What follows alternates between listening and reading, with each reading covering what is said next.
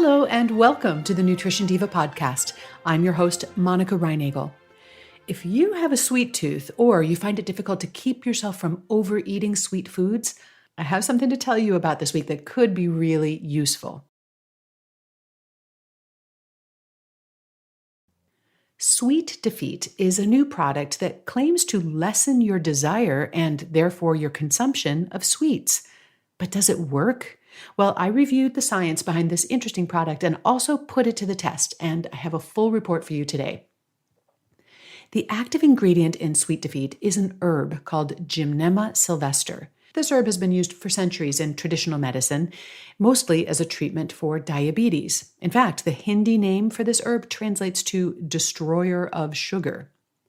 Modern pharmacological research seems to support this traditional wisdom. Compounds extracted from Gymnema have been shown to reduce the absorption of sugar from the intestinal tract and also to boost insulin production, and all of that could help lower your blood sugar. In fact, animal testing confirms that Gymnema does reduce blood glucose levels. Lab rats who are given Gymnema extracts also end up eating less and losing weight, and as a result, you'll also find lots of weight loss supplements that contain Gymnema. Unfortunately, the research on humans is all but non-existent. And as we know all too well, what works for lab rats does not always work for humans. I wouldn't waste your money on Gymnema-based supplements for weight loss. But Gymnema has another interesting property, and this is one that you can test yourself.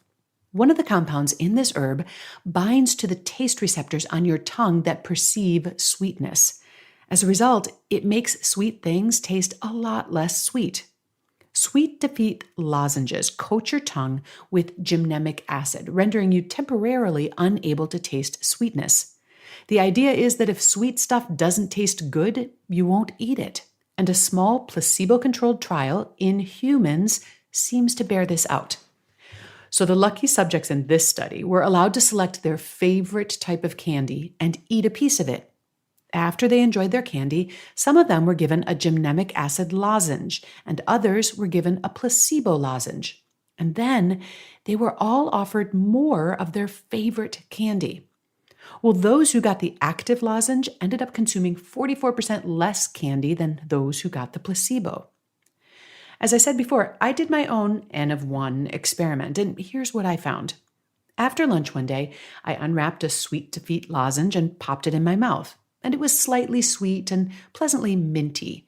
But as it dissolved on my tongue, the strangest thing happened.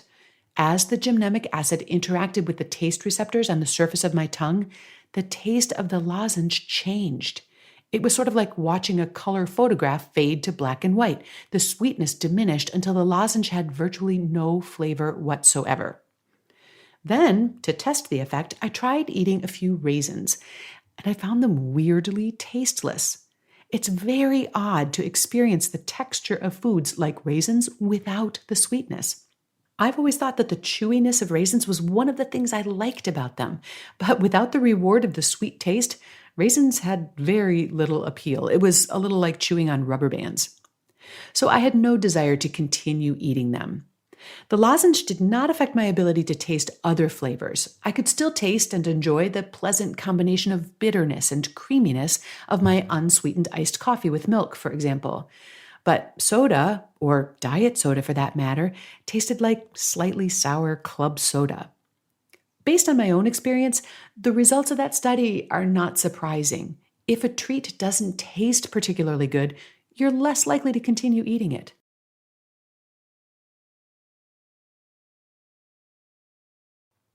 Okay, so back to our study.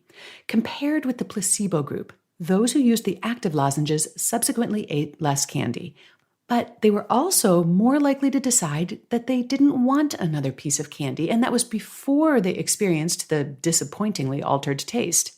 It seems that the inability to perceive sweetness doesn't just make it harder to enjoy a treat, it makes you less interested in having it in the first place. It's almost as if the part of your brain that wants something sweet can already tell that this sensation is not available. After finishing the lozenge, sweets were not enjoyable or appealing to me. But in the interest of science, I tried another raisin every 10 or 15 minutes or so just to see how long it would be before they started tasting like raisins again. In my case, the effect of the lozenge lasted about 60 minutes. I certainly wouldn't use these lozenges as my one and only strategy for reducing sugar intake. I still strongly suggest limiting the amount of sweet foods and beverages that you keep in your home, in your car, and to the extent that you can control it, in your workplace. Out of sight, out of mind. And I also don't think that a product like this replaces the benefits of mindful eating and enjoyment.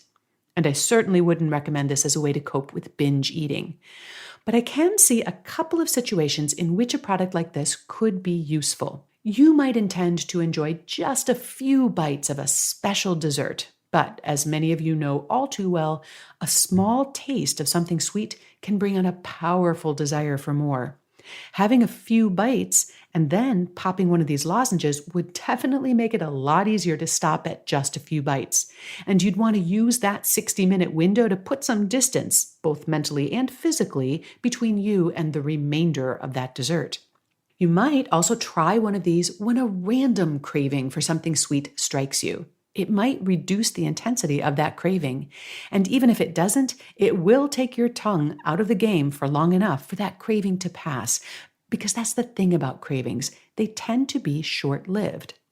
Now, if you are actually hungry, you could have a nourishing but non-sweet meal or snack at that point. If you're not really hungry, though, then use that 60 minutes to get yourself deeply engrossed in another engaging and rewarding activity. Although I don't think sweet defeat lozenges are the solution to overeating or obesity, perhaps they can make it just a little bit easier to get ourselves out of bad habits and establish healthier behavior patterns. Have you tried these sweet defeat lozenges for sugar cravings? I'd love to hear what you've experienced, or if you have questions about today, you can post them on our website at nutritiondiva.quickanddirtytips.com, where you'll also find a complete transcript of today's show along with links to the research that I mentioned. Or you can always come join the discussion on the Nutrition Diva Facebook page. I love to connect with you over there. If you have a question or a product that you'd like me to review for a future Nutrition Diva podcast, send it my way. I'd be happy to take a look at that. And now have a great week, and remember to eat something good for me.